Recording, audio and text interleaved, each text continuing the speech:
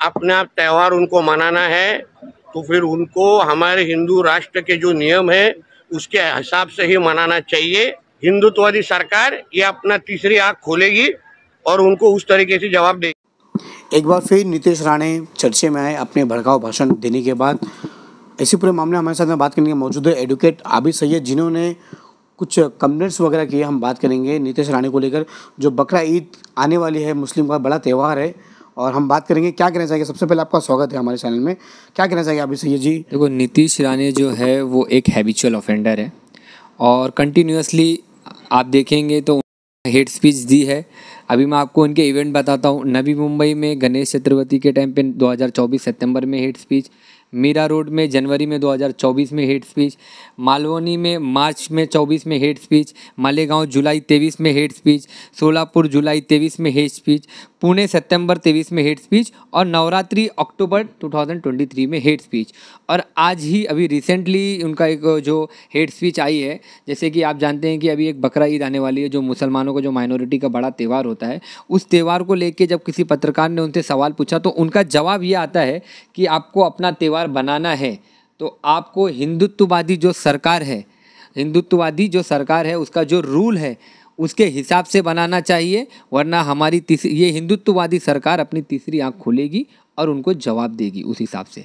तो आप देख सकते हैं कि किस तरीके से ये लोगों को धमका रहे हैं कि आपको अपने रिलीजियस प्रैक्टिस करने के लिए भी इनकी हिंदुत्ववादी जो रूल है उसको फॉलो करना पड़ेगा। जब ये हिंदुत्ववादी रूल फॉलो करेगा दूसरा कोई रिलीजन कैसे करेंगे? मतलब हिंदुवादी कैसे कर सकता है कोई? देखो, जब कोई मुसलमान का ही रिलीजियस जो रूल्स है वो फॉलो करेगा, हिंदू का करेगा, मगर इनका बोलना है कि हमारे हिंदुत्ववादी जो रूल है उसको फॉलो कीजिए, वरना ये हिंदुत्ववादी सरकार आपके ऊपर कार्रवाई करेगी अपने हिसाब से। तो ये कहीं ना कहीं धमकी है, साफ साफ थ्रेट है मुसलमानों के अंदर, और हमेशा वो इसी चीज़ से जाने जाते हैं कि नीतीश राणे एक member of legislative assembly MLA है और कैबिनेट मिनिस्टर है।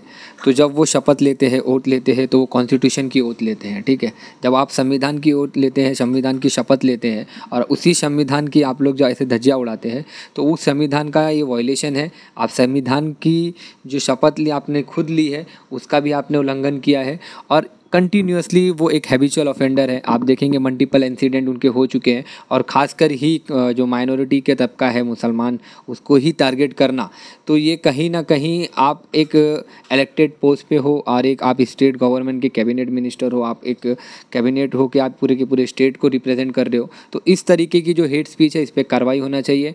हमने CGI को इसके ऊपर लेटर पिटिशन फाइल किया है, हमने गवर्नर ऑफ महाराष्ट्र को बोला है, हमने स्पीकर को बुलाया है, हमने सेक्रेटरी ऑफ महाराष्ट्र विधानसभा को भी इसके लिए हमने CC किया हुआ है। तो सारे जो अथॉरिटी है कि इनके ऊपर डिस्क्वालिफिकेशन या डिसिप्लिनरी एक्शन तो एटलीस्ट इनके ऊपर होना चाहिए, क्योंकि as a member of legislative assembly MLA और कैबिनेट मिनिस्टर ये स्टेट को रिप्रेजेंट करने के बाद अगर कोई इंसान इस तरीके का कंटिन्यूसली भड़काऊ भाषण देता है और एक समाज को लेके, तो इससे लॉ एंड ऑर्डर और कुछ समाज के अंदर जो दहशत फैलाई जा रही है, तो इसका हम विरोध करते हैं। संविधान के अंदर हर किसी को अधिकार है, वो अपने जो भी उसका धर्म है, जो भी उसके कस्टम है, उसको वो कर सकता है, चाहे वो हिंदू हो, मुस्लिम हो, सिख, ईसाई, जो भी उस फिरके का आदमी हो, हर किसी को वो हमको संविधान हमारा वो हक देता है। तो अब ये संविधान का उल्लंघन कर रहे हैं, संविधान की जो बातें हैं उसको ना मानते हुए एक अपनी चीज़ आप थोपना चाहोगे तो वो कोई नहीं है मानने वाला। हम सब संविधान के मानने वाले लोग हैं, और सारी चीज़ आप जिस पोस्ट पे बैठे हो, आज जो है कैबिनेट मिनिस्टर आप बने हो,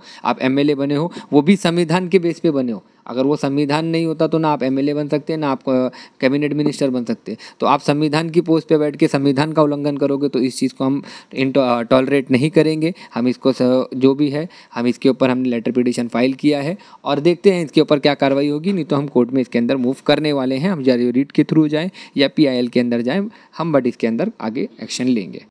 क्यों पर ऐसा लगता है कि लगातार जिस तरह से जो उन्होंने मस्जिद में घुस कर मारने की धमकी दी थी, उसके बाद में कई पॉलिटिकल पार्टी, कई सोशल मीडिया, सारे लोगों ने अलग अलग तरीके से उन लोगों ने कंप्लेंट की सब जगह जाके, तो भी कुछ एक्शन नहीं हुआ। क्या लगता है आपको इसके पीछे किसकी तालमेल होगी? देखिए, आपको भी पता है कि महाराष्ट्र के स्टेट के अंदर जो गवर्नमेंट है वो भाजपा की सरकार है, महायुति की सरकार है, और सेंट्रल में भी उनकी सरकार है। और जो एग्जीक्यूटिव होते हैं, जो हमारे ऑफिसर्स होते हैं, जो गुना दाखिल, जो FIR रजिस्टर करना होता है, जो भी इन्वेस्टिगेशन करना होता है, वो एग्जीक्यूटिव का काम होता है।